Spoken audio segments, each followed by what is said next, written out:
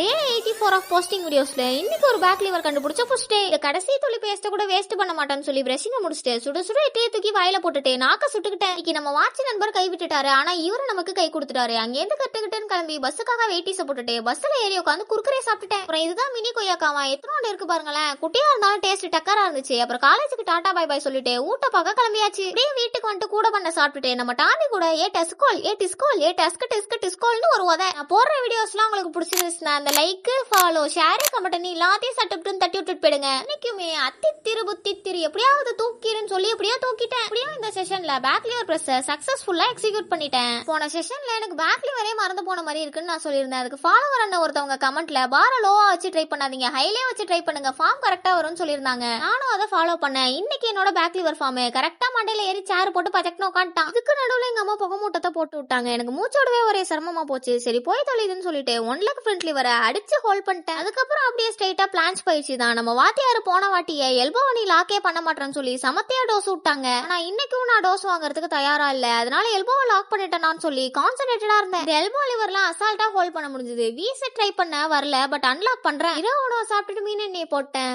நிலைத்தன்மையோட இருங்க, நாளைக்கு பார்க்கலாம்.